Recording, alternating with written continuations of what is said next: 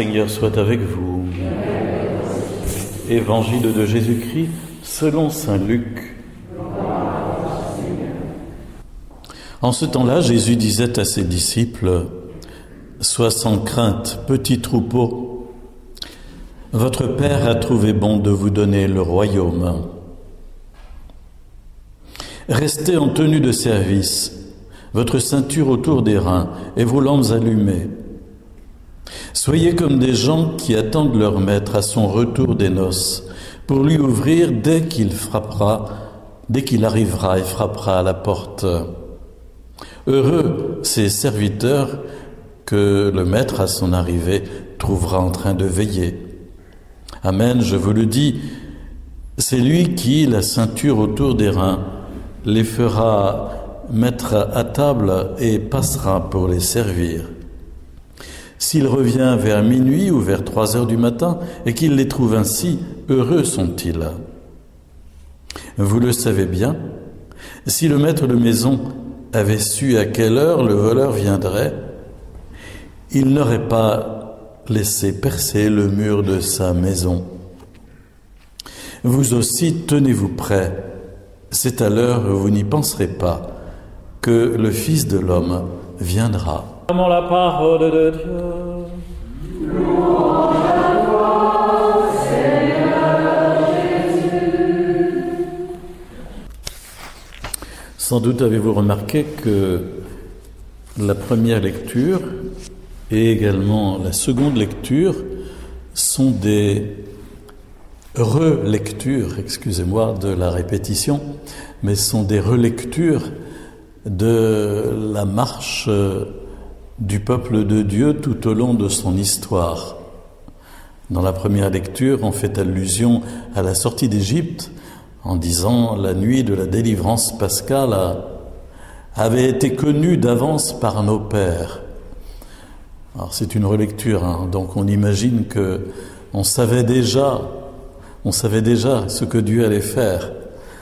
Assurés des promesses auxquelles ils avaient cru, ils étaient dans la joie. Nos pères, dans la foi, avaient connu à l'avance la nuit de la délivrance pascale. Bon, c'est une relecture, mais une façon de se dire, au fond, ce que Dieu accomplit, il l'avait déjà annoncé, il l'avait déjà promis, et il s'agit de le recevoir, de l'accueillir comme venant de sa main. C'est beaucoup plus clair dans la seconde lecture tirée de la lettre aux Hébreux, où l'auteur de cette lettre dit « La foi est une façon de posséder ce qu'on espère ». Et il va citer Abraham, il va citer Sarah, et il aurait pu en citer d'autres encore. Abraham va être cité 2 fois, mais voilà, c'est une façon pour lui, encore une fois, de faire une relecture de la façon dont Abraham a marché par la foi, a avancé par la foi, conscient que c'est Dieu qui conduisait les choses. Mais voilà, il ne savait pas où il allait, il partit vers un pays qu'il devait recevoir en héritage, il partit sans savoir où il allait, et grâce à la foi, il vint séjourner en immigré dans la terre promise comme en terre étrangère.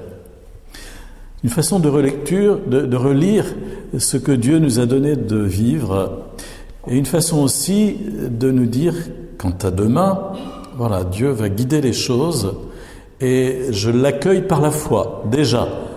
Je l'accueille par la foi. Je reviens à la définition de la foi qui est donnée au début de la seconde lecture, et qui est très belle. La foi est une façon de posséder ce qu'on espère. Une façon de posséder ce qu'on espère. Un moyen de connaître les réalités qu'on ne voit pas, dit l'auteur de la lettre aux Hébreux. Il y a des gens comme ça qui disent « Bon, j'espère bien. Bon, oui, j'espère bien, peut-être bien. Enfin, peut-être bien faut bien quelque chose au-dessus de nous. Peut-être bien quelque chose après. » Ça, c'est pas la foi. C'est peut-être une vague espérance, mais c'est pas la foi. Car la foi, c'est une manière de posséder ce que l'on espère, de posséder de façon certaine. Et donc de dire, oui, je suis sûr qu'il y a une vie après la mort. Oui, je suis sûr que Jésus nous donne la vie éternelle dans la communion eucharistique. Oui, je suis sûr qu'il nous ressuscitera. Dire je suis sûr, c'est s'approprier l'espérance. Donc c'est une foi qui n'hésite pas. Je ne sais pas si vous avez remarqué dans l'Évangile aussi, souvent Jésus, concernant la prière de demande, dit, Saint Jacques aussi dit ça dans sa lettre, qu'il demande avec une foi qui n'hésite pas. Voilà, la foi est une façon de s'approprier les biens de l'espérance de façon certaine, donc sans hésitation. Alors c'est évidemment un petit peu un changement de paradigme dans notre façon de faire. Nous devons bannir les peut-être. Peut-être bien que, peut-être bien que oui, peut-être bien que non. Ça, c'est les Normands ou c'est les Sartois, peut-être, oui. Mais c'est pas la foi non plus, parce que la foi, c'est, voilà, je crois de façon certaine ce que Jésus a dit dans son évangile. Autrefois, dans l'acte de foi, je crois qu'on disait que je crois de façon certaine ce que l'Église nous enseigne. Enfin, alors aujourd'hui, on aurait plutôt tendance à mettre un petit peu en doute, n'est-ce pas, vu tout ce qui se passe aujourd'hui, l'Église. Mais enfin, nous devons maintenir à tout prix la foi en la parole de Dieu comme étant quelque chose de sûr. Et donc, nous pouvons nous réjouir de ce qui nous est promis par Dieu, nous réjouir à l'avance. C'est d'ailleurs, il me semble-t-il, ce qui fait la différence du chrétien, c'est qu'il a une vision concernant l'avenir et d'une certaine façon, déjà il baigne dans l'avenir. Il a à la fois un pied sur la terre et un pied dans la cité céleste, dans la ville, comme il était dit ici dans la seconde lecture, que Abraham attendait la ville qui aurait de vraies fondations, la ville dont Dieu lui-même est le bâtisseur et l'architecte. Voilà. Ça encore, c'est une relecture, une façon de dire voilà ce qui mouvait Abraham de l'intérieur. Mais nous aussi, il me semble, nous devons cultiver cette conviction de la foi à partir d'une lecture assidue de la parole de Dieu, fréquente, et nous approprier les promesses que Dieu nous fait. Lorsque Jésus dans l'Évangile dit restez en tenue de service, votre ceinture autour des reins, vos lampes allumées, c'est un peu une parabole aussi pour nous dire la même chose. Celui qui a la foi attend vraiment son Seigneur avec conviction, avec certitude, rester en tenue de service, à la fois un service dans l'attente du Seigneur et un service des frères.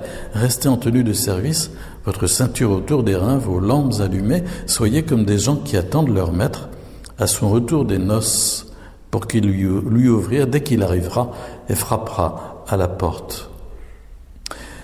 Demandons au Seigneur cette conviction de la foi, que le Saint-Esprit nous la communique vraiment. Si nous n'avons pas, nous pouvons le demander. Seigneur, ma foi est bien chancelante, elle est bien branlante, elle est bien hésitante.